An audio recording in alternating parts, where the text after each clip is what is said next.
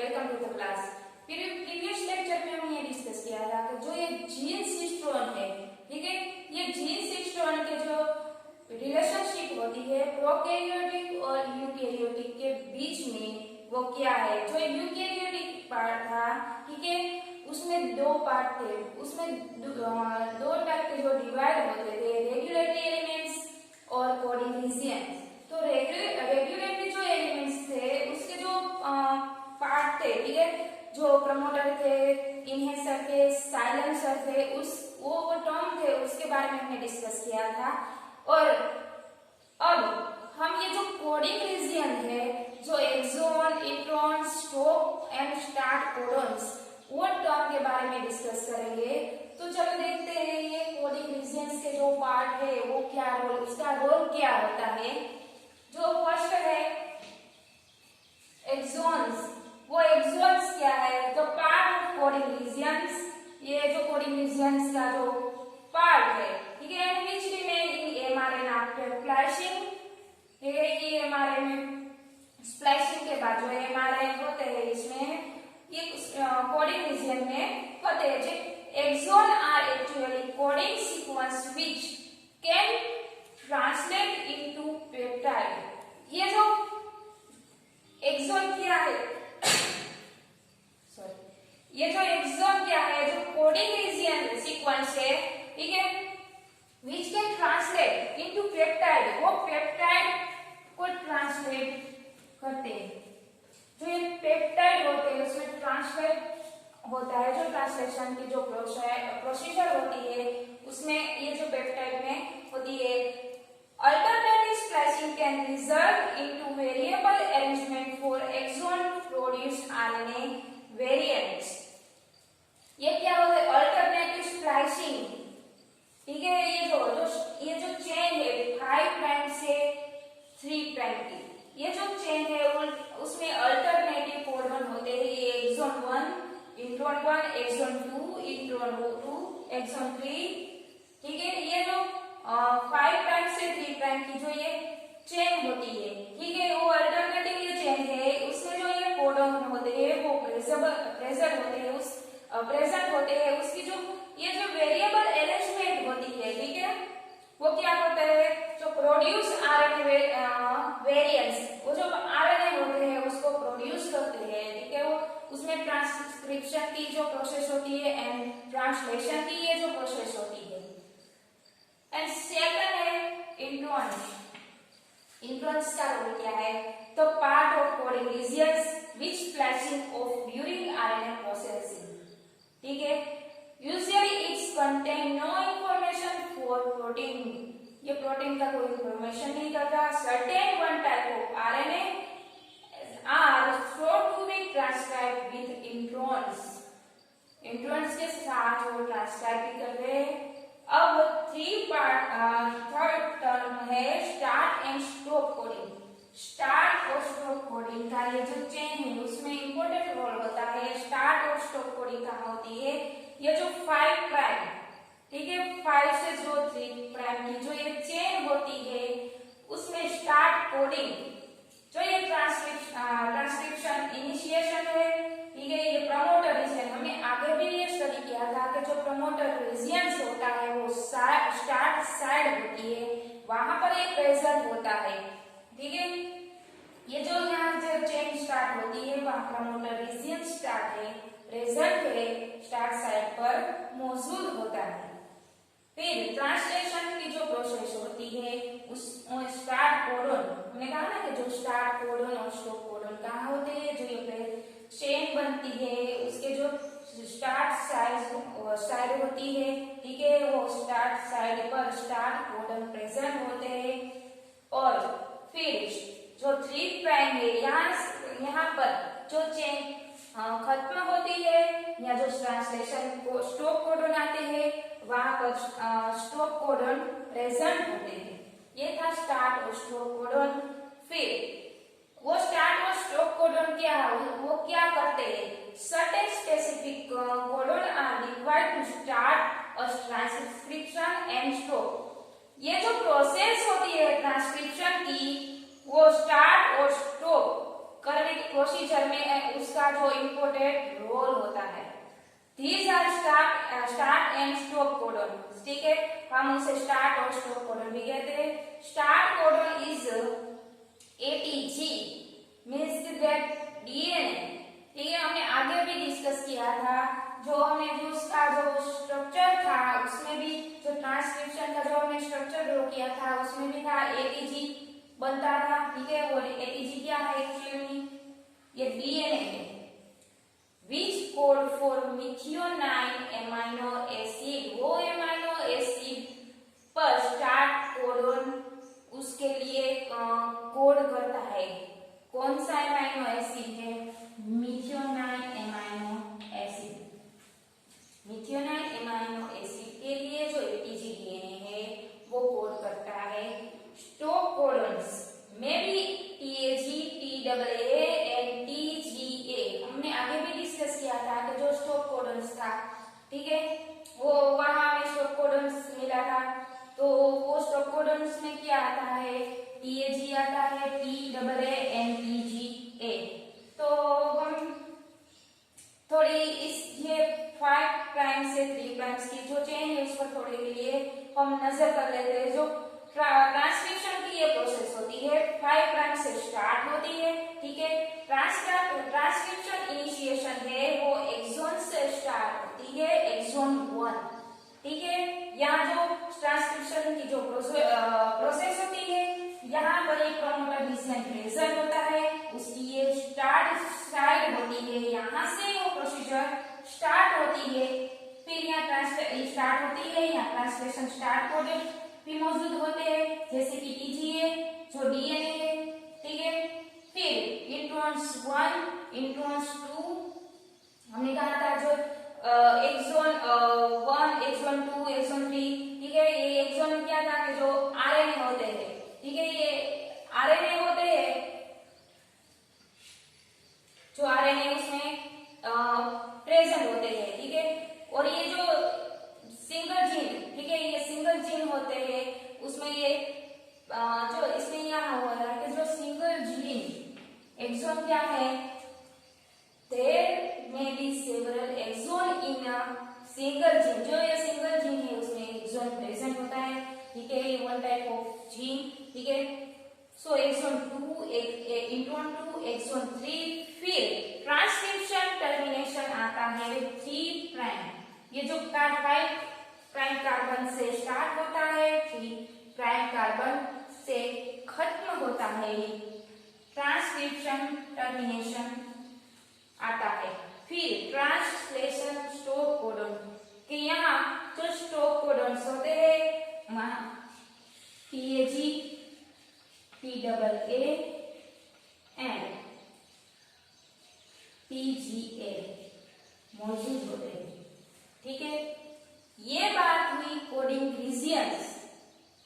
जो उसमें पार्ट था, कोडिंग रीजियन का जो पार्ट था, एक्सॉन था, इंट्रॉन्स था, स्टार्ट और स्टॉप कोडन्स थी, उसकी हमने जो चेन देखी जो इस प्रकार की होती है। ठीक है, now genes cistron non equivalence in complex genome. ठीक है, ये कॉम्प्लेक्स जीनोम में जो सिस्टोन की नॉन इक्विवेलेंस होती है वो क्या है, the complex relationship between the gene and its products. जो जीन और उसकी जो ये फाइनल जो प्रोडक्ट्स बनती है उसका जो रिलेशनशिप है उसे कॉम्प्लेक्स कहते हैं। And most higher eukaryotic genes contain intron which are intervening sequence which are mostly represented in the final product and not part of its function।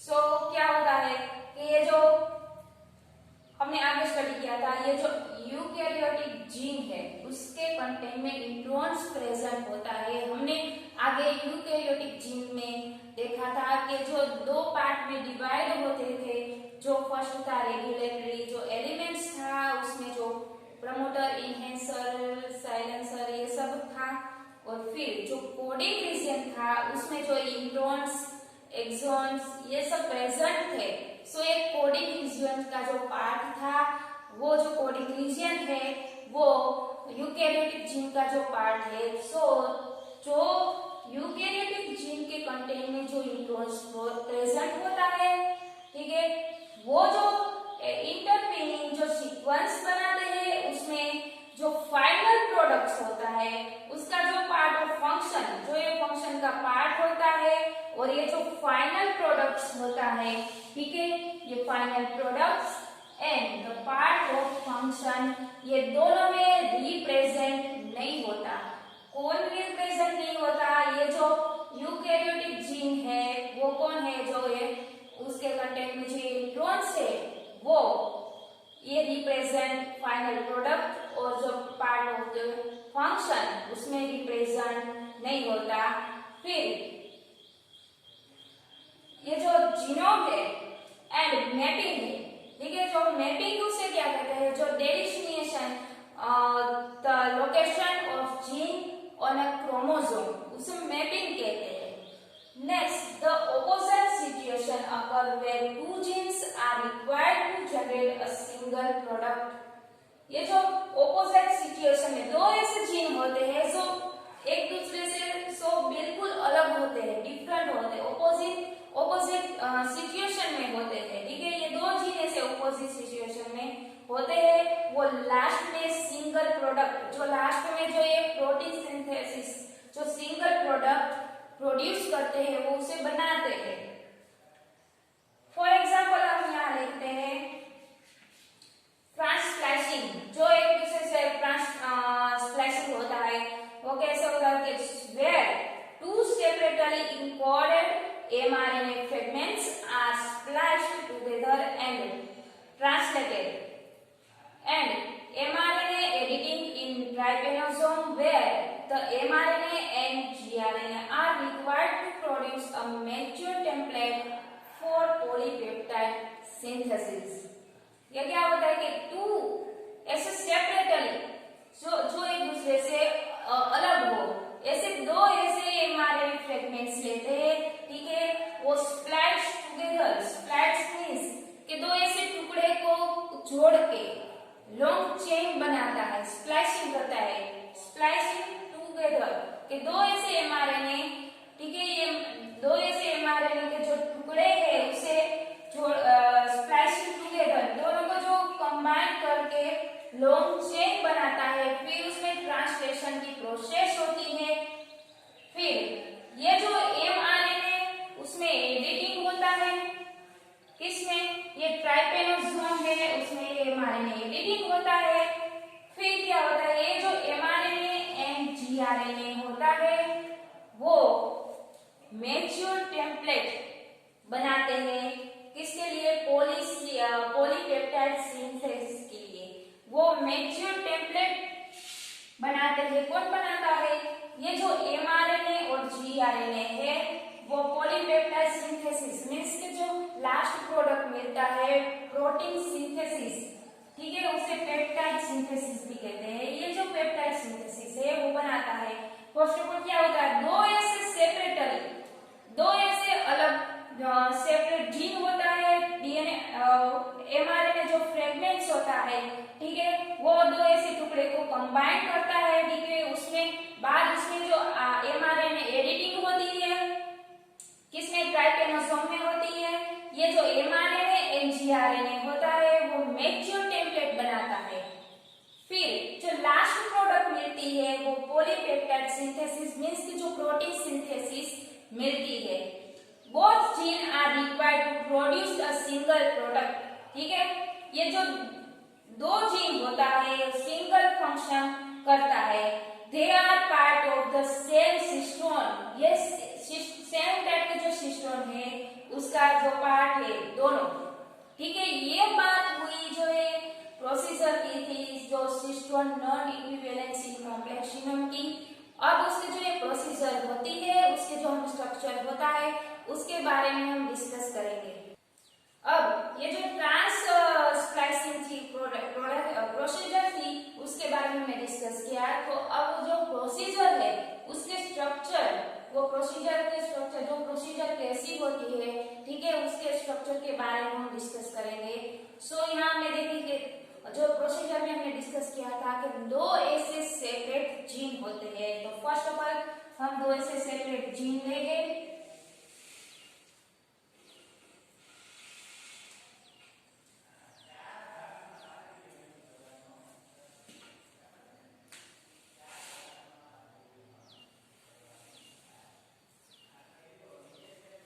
ये दो जीन हमने लिए, उसे हम लिखते हैं जीन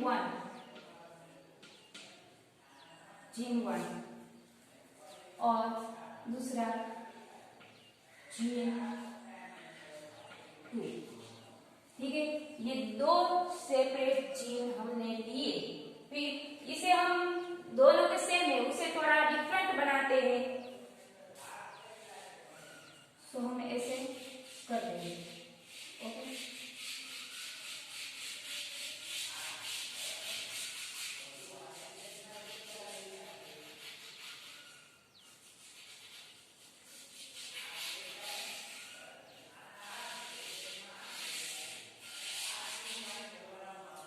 ये टू जीन है वो वन से थोड़ा डिफरेंट हो गया। ठीक है, ये दो सेपरेट जीन है, फिर उसमें ट्रांसक्रिप्शन की जो प्रोसेस होती है, ऐसे हम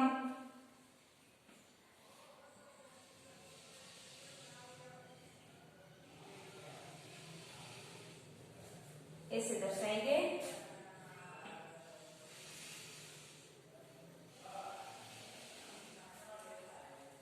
ये जो ठीक है,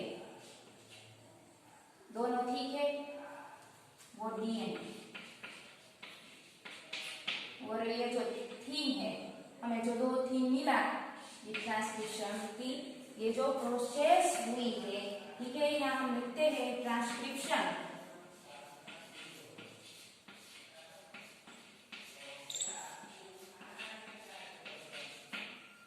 यहां से ट्रांसक्रिप्शन की जो ये प्रोसेस स्टार्ट होती है, यह जो हमें ये जो थिन पार्ट है वो आरएनए, ठीक है, डीएनए से स्टार्ट होता है। दो डिफरेंट टाइप के हमने जीन ली है, ठीक है, जो वन जीन है वो दूसरे जीन से थोड़ा डिफरेंट है, फिर ट्रांसक्रिप्शन की प्रोसेस होती है।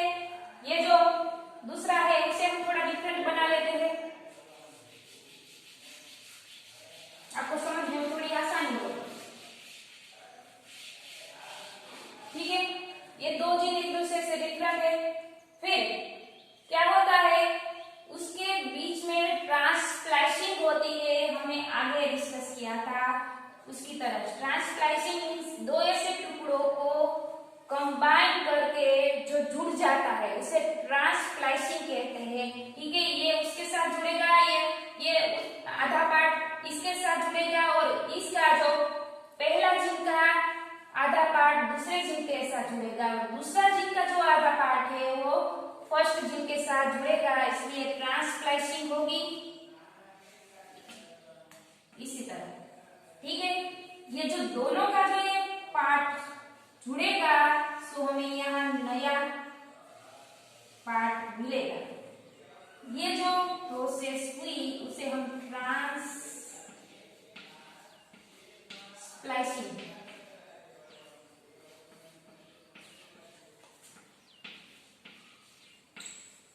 ठीक है, ये ट्रांसप्लाइसिंग की प्रोसेस हुई। सो क्या होता है, जो आधा पार्ट है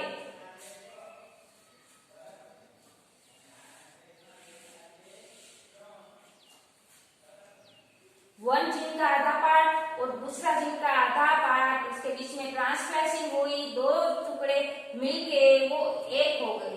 ठीक है, दोनों का जो जुड़ के नया जीन बना। अब इसी तरह इस तरफ भी ऐसा ही होगा।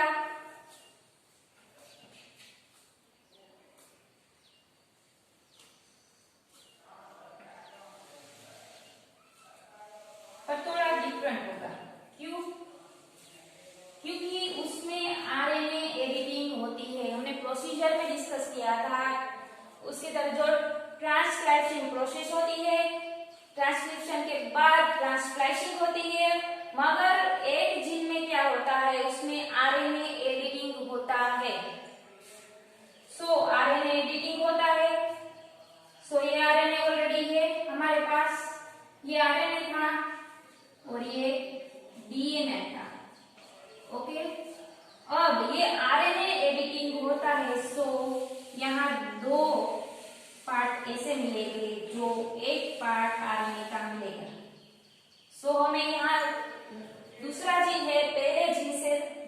मिलेगा। ओके, फिर क्या होगा, ये जो आरएनए एडिटिंग हुआ हम यहाँ लिख लिया आरएनए एडिटिंग।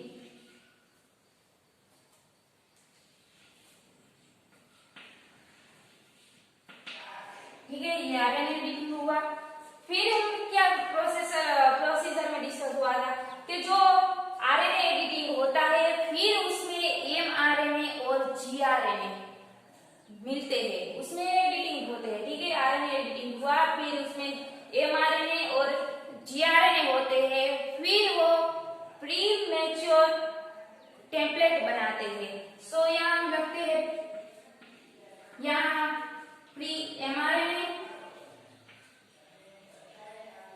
एंड जीआरएनए जुड़ गया।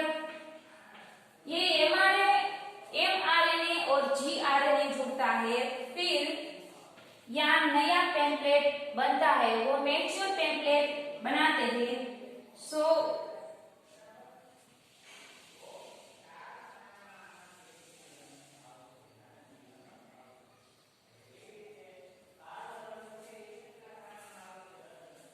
उसका डायग्राम थोड़ा ऐसा मिलेगा जो डिफरेंट रहता है।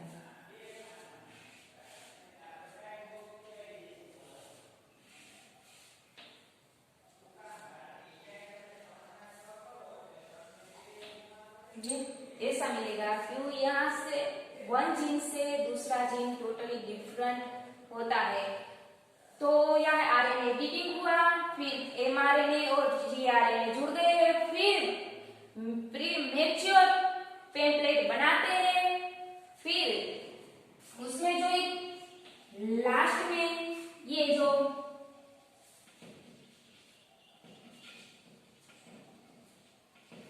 पॉलीपेप्टाइड सिंथेसिस प्रोडक्ट मिलती है, मतलब कि प्रोटीन सिंथेसिस की जो हमें प्रोडक्ट मिलती है।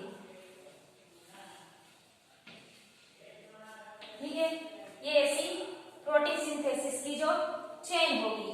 फिर जीन 1 में क्या होगा, तो उसमें भी ऐसा ही होगा, जो ये दोनों जुड़ गए, ट्रांसलेशन हुआ, फिर लास्ट प्रोडक्ट में हमें प्रोटीन सिंथेसिस की जो चेन है वो हमें मिलेगी।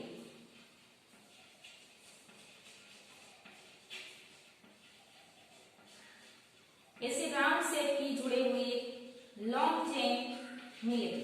ठीक है, ये जो हमें दो प्रोडक्ट मिला, वो लास्ट प्रोडक्ट क्या होता है, प्रोटीन सिंथेसिस।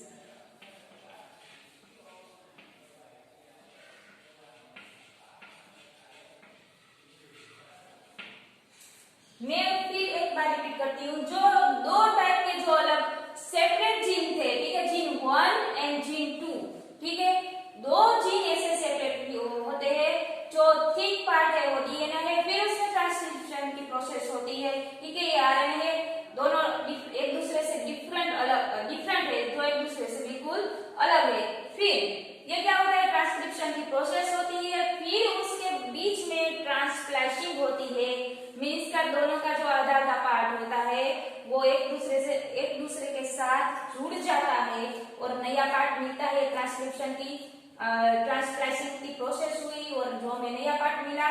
फिर जीन 2 में क्या होता है, ये जो दोनों के बीच में जो ये ट्रांसप्लाशिंग प्रोसेस होती है, ठीक है, ये प्रोसेस में क्या होता है, आरएनए एडिटिंग होता है।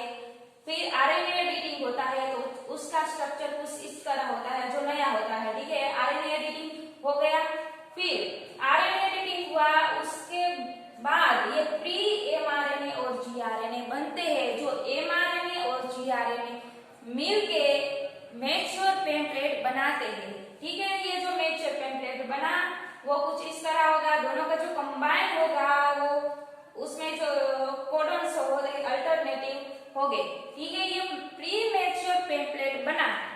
फिर लास्ट प्रोडक्ट में हमें प्रोटीन सिंथेसाइज मिलेंगे, जीन 2 में और जीन 1 में भी लास्ट प्रोडक्ट हमें प्रोटीन सिंथेसाइज मिली।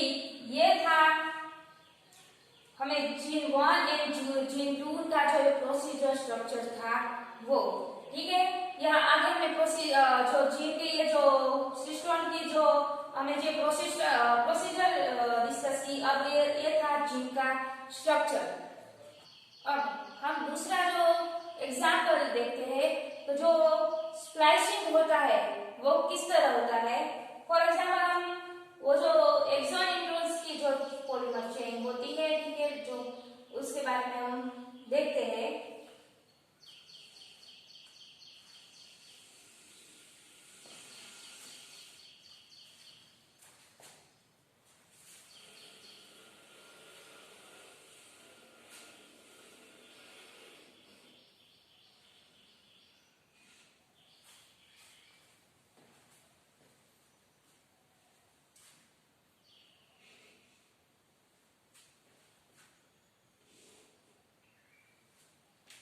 हमने आगे भी जो एग्जाम्पल था उसमें भी हमने डिस्कस किया था, जो प्रोसीजर होती है ट्रांसक्रिप्शन की, जो प्रोसीजर होती है वो एक्सॉन से स्टार्ट होके इंट्रोन्स, एक्सॉन यहाँ इंट्रोन्स प्रेजेंट होते हैं, एक्सॉन से प्रोसीजर वो स्टार्ट होती है। So exon 1 is here present, introns 1, ये जो ब्लॉक्स है वो ब्लॉक्स में एक्सॉन इंट्रोन्स यहाँ सब ब्लॉक्स में प्रेजेंट होते हैं।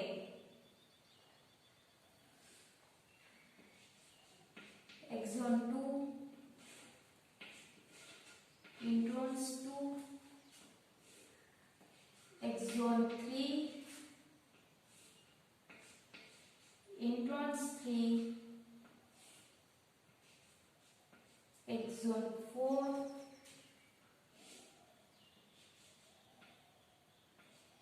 Introns 4 and exon 5। इसको हम थोड़े डिफरेंस लुक दे देते हैं, सो समझने में थोड़ी आसानी होगी। सो एक्सॉन है उसे हम पिंक कलर से दर्शाएंगे, और ये जो इंट्रोन्स है ऐसे हम जो एक दूसरे से थोड़ा अलग दिखे, ठीक है।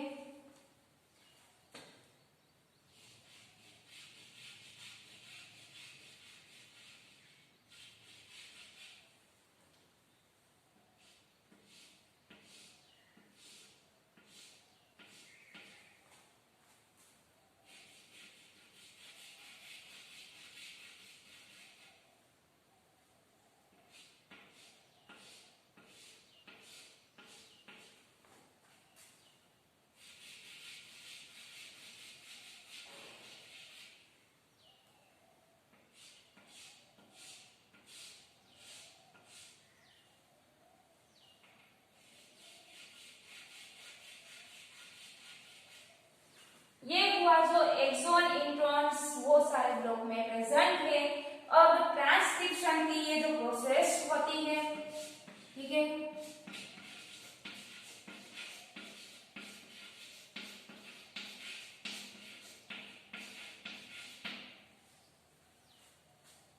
फिर ये जो थिक साइड है वो डीएनए, ये डीएनए की चेन। फिर ये ट्रांसक्रिप्शन होता है, ट्रांसक्रिप्शन किसमें होता है, ट्रांसक्रिप्शन एंड ट्रांसलेशन जो आरएनए है वो इससे थोड़ी थिक होगी।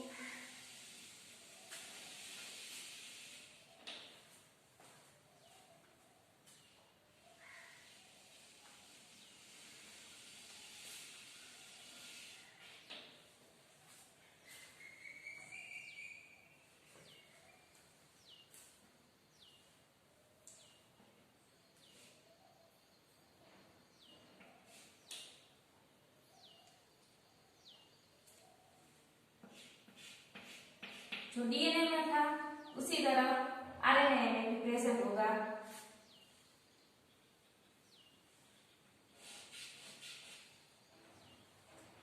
Axon 1, introns 1,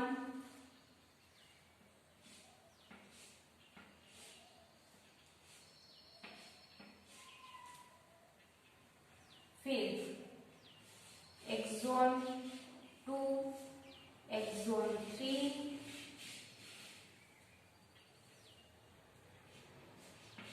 exon 2, exon 3,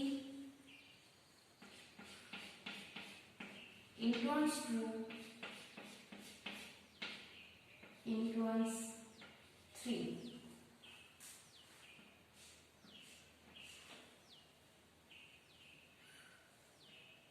Exon 4 and exon 5.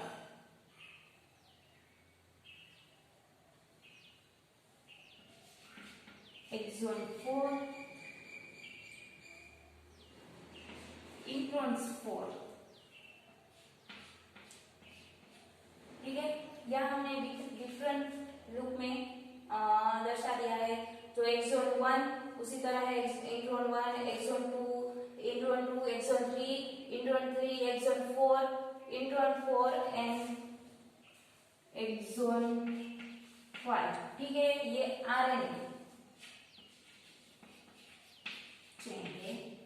अब क्या होता है, हमने जो फर्स्ट एग्जांपल देखा था उसमें क्या होती है, ठीक है, जो स्प्लाइसिंग होती थी, ट्रांसप्लाइसिंग होती थी. ठीक है, यहाँ अब क्या होता है, यहाँ अल्टरनेटिव स्प्लाइसिंग होगी.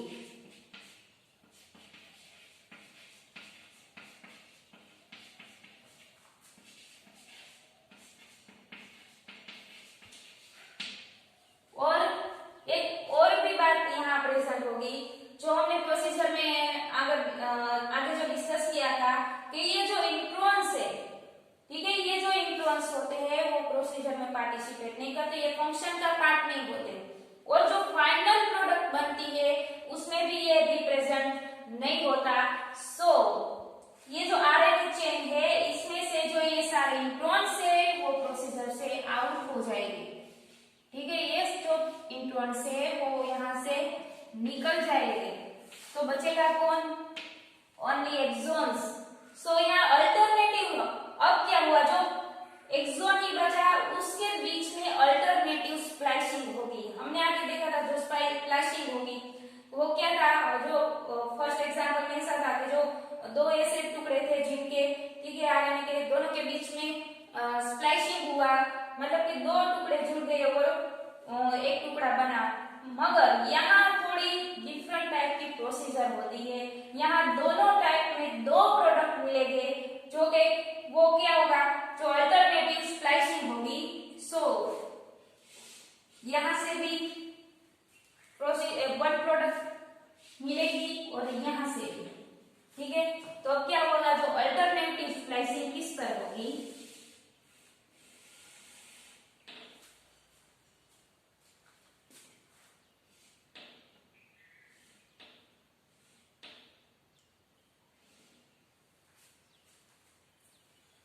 तो यहां से हम शुरू करते हैं.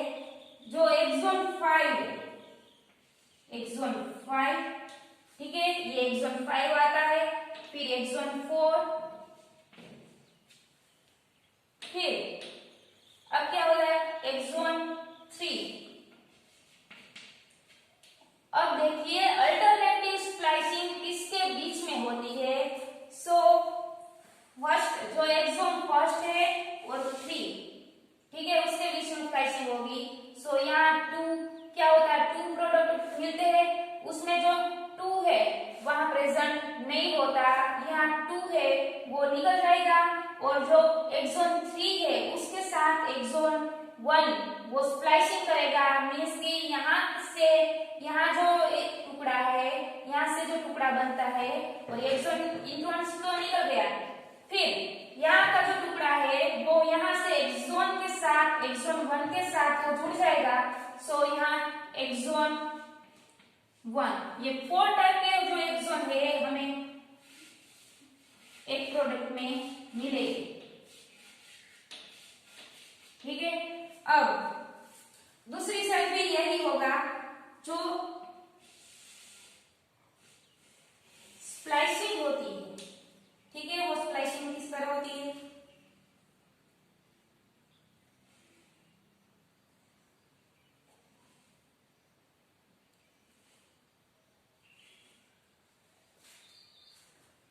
अब जो स्प्लाइसिंग होती है यहां से शुरू करते हैं.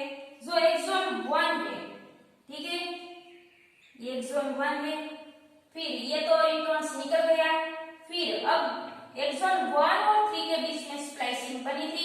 ठीक है। तो एक्सॉन 1 है, ये तो इस तरफ से स्प्लाइसिंग बनी थी, ठीक है, ये 5 से लेकर इस तरफ से स्प्लाइसिंग बनी थी, मगर एक्सॉन 1 से स्टार्ट करते हैं तो एक्सॉन 1, एक्सॉन 2, फिर एक्सॉन 2 और 4 के बीच में स्प्लाइसिंग बनेगी, तो एक्सॉन 3 निकल जाएगा क्योंकि एक्सॉन 3 यहाँ पर प्रेजेंट है, इसलिए एक्सॉन 2, फिर ये जो एक्सॉन 2 का जो पार्ट है वो एक्सॉन 4 के साथ जुड़ जाएगा, सो एक्सॉन 4 एंड एक्सॉन 5, ये 4 टाइप के प्रोडक्ट हमें यहाँ मिलेंगे। जो 4 टाइप के जो डिफरेंट एक्सॉन है वहां 1 प्रोडक्ट में, और 4 टाइप के जो एक्सॉन है वो प्रोडक्ट 2 में, यहाँ हम इसे लिख ले रहे हैं product 1 and product 2, 1 and product 2। अब क्या होता है, जो प्रोटीन सिंथेसाइज बनता है, ठीक है, प्रोटीन सिंथेसाइज होता है,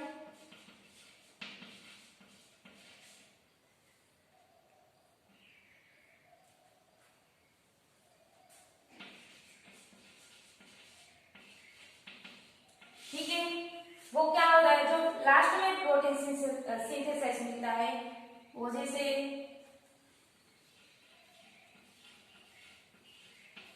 जो हमने एग्जाम्पल 1 में देखा था उसी तरह यहां भी लास्ट में प्रोटीन सिंथेसाइज मिलेगा।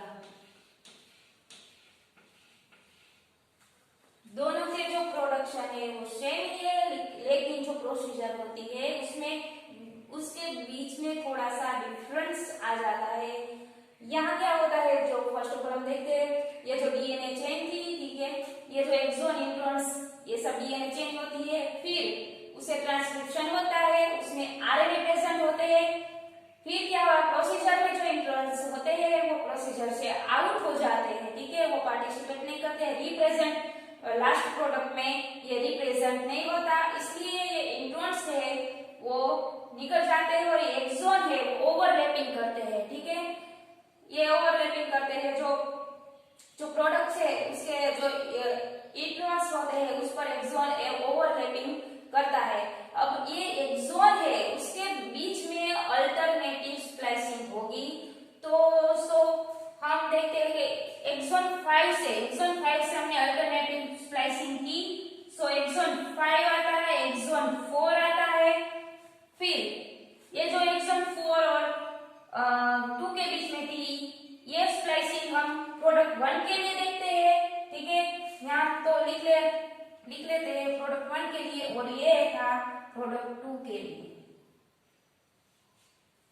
अब हमने लिखा जो एक्सॉन 5 है, एक्सॉन 4 है, एक्सॉन 3 है, ठीक है, फिर ये 3 और 1 के बीच में जो ये एक्सॉन 2 है अल्टरनेटिव स्प्लाइसिंग, एक को छोड़ के यहाँ जो एक्सॉन 2 है वो उसको छोड़ दिया, फिर एक्सॉन 3 और एक्सॉन 1 जुड़ जाएगा, ये हुआ प्रोडक्ट 2। अब देखते हैं जो स्टार्टिंग का पार्ट है वो एक्सॉन 1 से, तो एक्सॉन 1, एक्सॉन 2, अब एक्सॉन 2 और 4 के बीच में स्प्लाइसिंग होती है, सो एक्सॉन 3 निकल जाएगा, एक्सॉन 2 है वो एक्सॉन 4 के साथ जुड़ जाएगा, सो एक्सॉन 4 एंड एक्सॉन 5, ठीक है, ये दो प्रोडक्ट हमें यहाँ मिली, फिर प्रोटीन सिंथेसाइज होता है, जो लास्ट में हमें ये प्रोटीन सिंथेसाइज मिला, ठीक है। सो गाइस इस लेक्चर में बस इतना ही, हम नेक्स्ट लेक्चर में जेनेटिक स्ट्रक्चर एंड आर्किटेक्चर के बारे में स्टडी करेंगे। So guys thank you so much and keep reading.